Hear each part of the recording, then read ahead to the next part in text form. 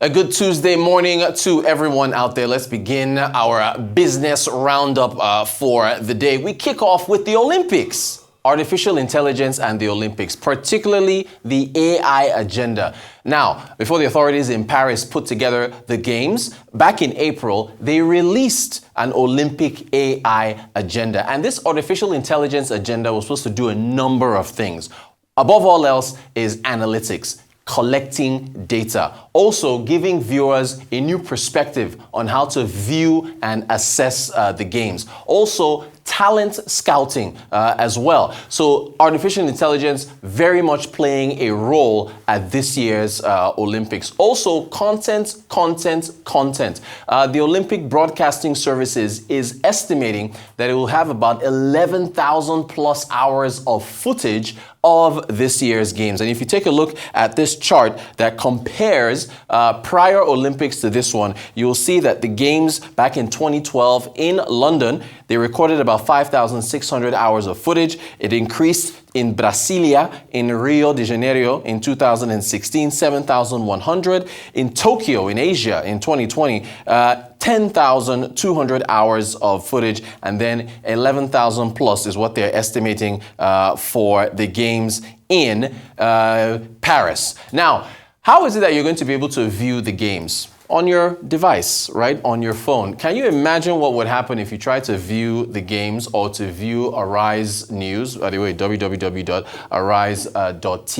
or even watching Arise News on YouTube, if your phone line was disconnected by your telecommunications provider? That's, of course, what happened to a number of Nigerians over the past few days that were disconnected because in some cases, their NIN was not linked to their SIM cards. Although in other cases, there were some people who were already linked years ago and somehow they got disconnected. Now, there's a productivity issue here if you are a business owner. Here is one particular gentleman who is a business owner who was impacted by that. Take a listen. I'm a businessman, but I'm stranded because my number has been locked for like 5 hours now, which I don't know what happened. I've linked my number since 3 years ago, but now I just saw my phone is locked. I don't know what is happening. I've been here since 6 o'clock till now.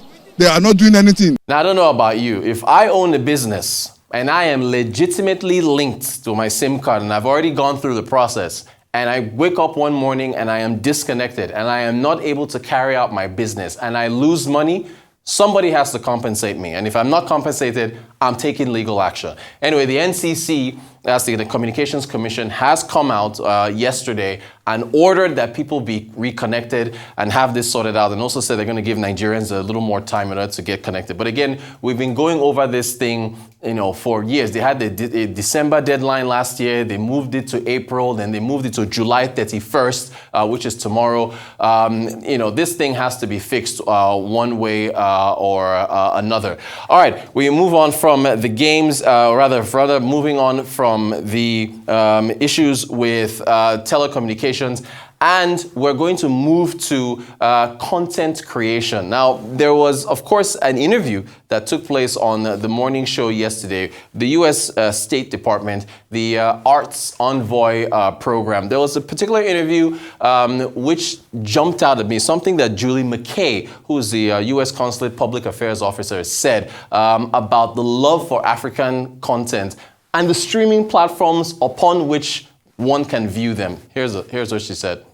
Right now, the world is really paying attention to African culture, music, stories, and they're streaming these stories and music on U.S. platforms, from YouTube to Apple Music to Netflix. Now, did you hear that? We love your content. Yay! It's great. But where is it being watched? On YouTube, on Apple Music, on Netflix, and we threw in Spotify. Spotify is a Swedish company. How do we develop our own creative economy if we do not have the platforms upon which the output of our creative economy can be sold and income can be earned? YouTube is owned by Alphabet. They hired people in order to take care of that platform. They are paying people, they are creating jobs. Apple Music, the parent company, is Apple. Apple, of course, is a publicly traded company. They're also paying people and creating jobs. Netflix is the same thing. Spotify is the same thing. How can we generate that income to come back to Nigeria with all the big artists that we have? In fact, speaking of these big artists, I was at a swanky, luxurious apartment complex in Lagos on Sunday night, 24 hours before that U.S. consulate interview was broadcast on the morning show. And I found out while visiting someone there that one of Nigeria's biggest Afrobeat artists owns an apartment in that particular complex. And here's exactly what I was told. The artist comes to the apartment, quote unquote, when they visit Nigeria, as if they're a foreigner just coming in to relax for a few days, staying in the apartment and then going back home. Our artists are essentially foreign entertainers, right? They make their money overseas. They have revenue sharing agreements with those overseas platforms. They live there. They perform at sold out arenas. The infrastructure is there to support them. We have to replicate that here if we want our creative economy to reach $1 trillion or whatever it is the goals are from the respective ministries. Let's now move on to Dangote Refineries and this agreement that was struck at the Federal Executive Council for crude oil to be sold in Naira to the Dangote Refinery and, as was mentioned by Zacchaeus Adidiji of the FIRS, other refineries, whoever they may be. Now, of course, it is, according to the federal government, a foreign exchange saving mechanism. So with respect to the fact that the amount of crude that will be refined at home by local refineries will mean that Nigeria won't have to spend, billions in foreign exchange per year to import refined fuel. Now, there's just a few concerns here and there. The first of which is, what exchange rates are they going to be selling that crude oil in Naira terms to those refineries? It would be expected that would be at the prevailing NAFEX rates, which would, as assumed, would fluctuate with crude oil prices. But there's some word that is going to be fixed, at a particular rate.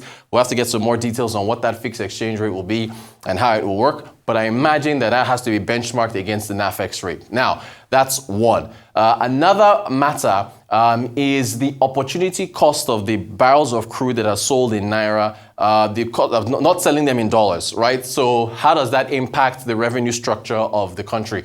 If you're not selling, in FX, in US dollars, and you're selling it in Naira, are you losing? Well, if you're getting the equivalents in dollar terms, perhaps not. Third is the matter of how much of our future crude sales are already encumbered. We've got joint venture agreements, and of course with the IOCs, they already have their customers that they sell their oil to in US dollars. So we're looking at, of course, the NNPC share of those joint venture agreements. Some of those future oil sales have already been pledged against loans. So, you've got the direct sale, direct swap, and so on, the joint venture cash calls and things like that. So how much of that is left? How much of the crude supplies are left to be able to sell those to the Dangote Refinery? Whether you're selling it in dollars or you're selling it in Naira, there's still an issue of the volumes. But it's a good idea overall. We just have to get some more details on those particular matters. Finally, still on oil and gas, we're going to look at a couple earnings that were released yesterday. Total Energies released its second quarter earnings. They were not bad at all. Revenue coming in at 260 billion Naira, 86.6% year-on-year growth.